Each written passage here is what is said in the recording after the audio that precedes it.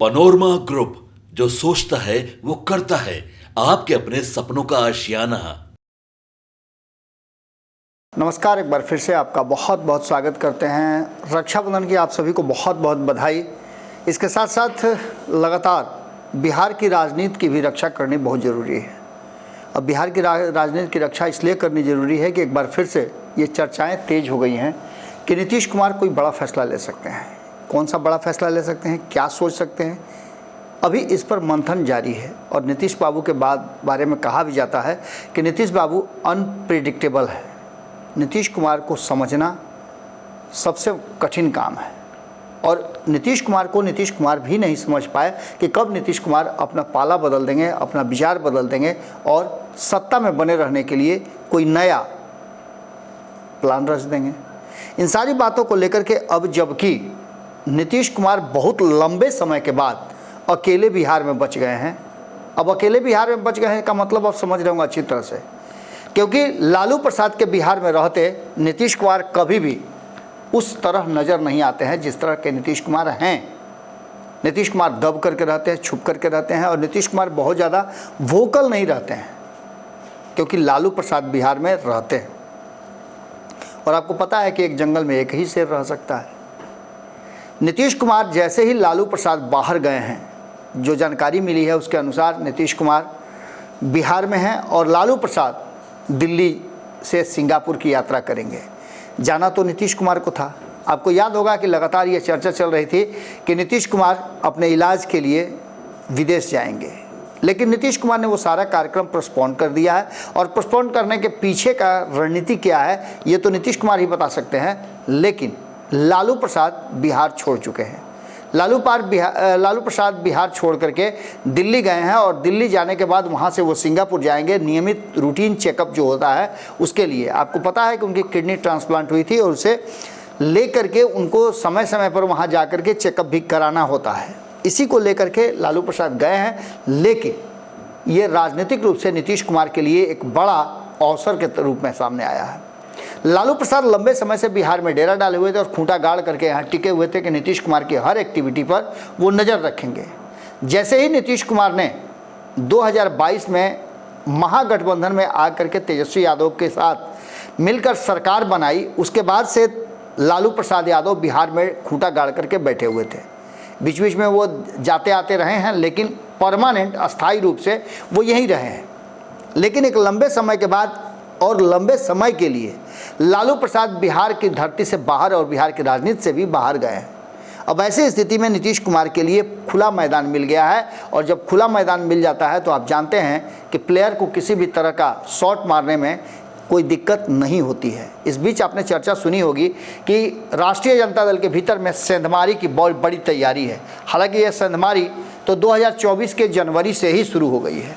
आपको याद होगा कि जब 28 जनवरी को नीतीश कुमार ने पाला बदलने का फैसला कर लिया था और उसके बाद जब बहुमत साबित करना था 12 फरवरी को, उस समय नीतीश कुमार ने क्या कुछ किया था और क्या हुआ था सभी पता है बात आपको।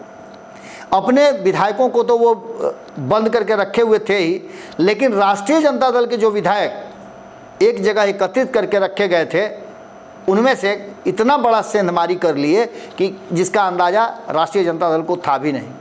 अब एक बार फिर से राष्ट्रीय जनता दल और महागठबंधन के भीतर नीतीश कुमार की सेंधमारी शुरू हो चुकी है और लालू प्रसाद के जाते ही कई ऐसे प्लान जो हैं वो धीरे धीरे छन छन करके राजनीतिक गलियारे से हमारे तक पहुंच रहे हैं। पहली बात तो ये कि नीतीश कुमार एक बार फिर से उन पुराने साथियों को खोज रहे हैं जो लालू प्रसाद के पास फिर से चले गए हैं या लालू प्रसाद से वो नाराज़ हैं। उन सभी लोगों पर वो डोरे डाल रहे हैं और सभी लोगों से अपनी कहा जा रहा है कि नज़दीकियाँ बढ़ाने की कोशिश कर रहे हैं। बहुत सारे लोग जो लालू प्रसाद के पास इस उम्मीद में गए थे कि लालू प्रसाद उन्हें कोई पद दे देंगे, चुनाव लड़ने की आज़ादी देंगे, सिंबल दे देंगे, लेकिन लालू प्रसाद और तेजस्वी यादव ने ऐसा कुछ भी नहीं किया। और ऐसे लंबी फहरिस्त वाले कई नेता हैं जो लगातार अपने आप को अलग थलग महसूस कर रहे हैं। इसमें जातीय समीकरण की बात करें तो खास करके सवर्णों में यानी भूरा बाल जिसे कहा जाता है लालू की भाषा में, उस भूरा बाल की बात अगर करें हम, तो भूमिहार, राजपूत, ब्राह्मण और लाला राष्ट्रीय जनता दल से किनारा करने की तैयारी में लग चुके हैं। कई लोगों को इंतज़ार करा करके भी उन्हें उचित सम्मान और टिकट नहीं मिला, जिसके चलते वो नाराज़ हैं और अन्य जगहों में भी उनको सम्मान नहीं मिल रहा है और पूरी तरह से ये पार्टी जो है वो यादव डोमिनेट पार्टी हो गई है। इतना ही नहीं, MOI समीकरण को लेकर के भी राष्ट्रीय जनता दल में काफ़ी विद्रोह है। खास करके जिस मुसलमान के दम पर MOI समीकरण है और उनका स्टेक भी ज़्यादा, उनके हिस्सेदारी ज़्यादा है उस वोट बैंक में, उसके बावजूद भी उनको प्रतिनिधित्व सही नहीं मिलना, इस बात को लेकर के भी काफ़ी नाराज़गी है। मरता क्या न करता वाली स्थिति है और कोई विकल्प नहीं मिल रहा था। इस बीच में विकल्प के रूप में कहीं ना कहीं नीतीश कुमार कभी कभी नज़र आ जाते थे जब वो इधर उधर होते थे, लेकिन अभी नीतीश कुमार NDA में हैं, पर NDA में कितने दिनों तक रहेंगे ये भी एक बड़ी बात है, क्योंकि 2025 के चुनाव में नीतीश कुमार को ऐसा लगता है और जो सामने से देखने को मिल रहा है कि सीट शेयरिंग के समझौते में मामला एक बार फिर से अटक सकता है। 2020 में भी अटका था और 2015 में भी अटकते अटकते रह गया था। अब ऐसी स्थिति में एक दिलचस्प बात यह है कि नीतीश कुमार आखिर कौन सा फैसला लेंगे और क्या करेंगे।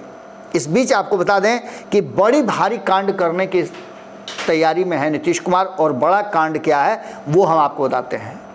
उस बड़े कांड में एक कांड तो आपको लगातार सुनाई दे रहा होगा, कई दिनों से हमारी टीम भी खबर कर रही है कि मुकेश सहनी पर नीतीश कुमार की नज़र है और मुकेश सहनी को अपने पाले में लाने की कोशिश कर रहे हैं। भीतर की बात में आज हम इन्हीं सब मुद्दों पर आपसे चर्चा करेंगे और इस चर्चा में बहुत सारी बातें हैं जो हमें सूत्रों से जानकारी मिली है और नीतीश कुमार उस पर पूरी तरह से फोकस्ड है। अनंत सिंह की रिहाई नीतीश कुमार के लिए एक बार फिर से उस अमृत के समान है जो पीने के बाद आदमी अमर हो जाता है। 2025 के चुनाव की तैयारी को मद्देनज़र अनंत सिंह का बाहर आना कहीं ना कहीं नीतीश कुमार के लिए एक बड़ा जीवनदायिनी शक्ति हो सकती है और उनके आधार पर वो कोई बड़ा फैसला ले सकते हैं। सिर्फ अनंत सिंह की बात हम क्यों करें, इसके अलावे आनंद मोहन को हम क्यों छोड़ दें।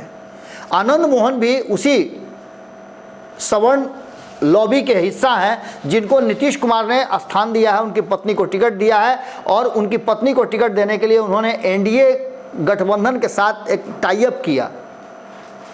कई सीटें इधर से उधर हुई और तब जा कर के उनको टिकट मिला। शिवहर से चुनाव जीत करके गई हैं और बेटा दूसरी तरफ राष्ट्रीय जनता दल के विधायक होते हुए भी राष्ट्रीय जनता दल के खेमे में नहीं बैठते हैं। यानी कि आनंद मोहन भी एक बड़े फैक्टर हैं जो कहीं ना कहीं इस पूरे नीतीश कुमार की रणनीति के हिस्सा हैं, जो लालू प्रसाद के बाहर जाने के बाद जो बड़े कांड करने वाले हैं। इस कांड में अभी कई ऐसे नेता हैं, कई ऐसे विधायक हैं जिन पर नज़र है नीतीश कुमार की और कई विधायकों को अपने पाले में लाने के लिए अनंत सिंह और आनंद मोहन को लगा दिया गया है काम में।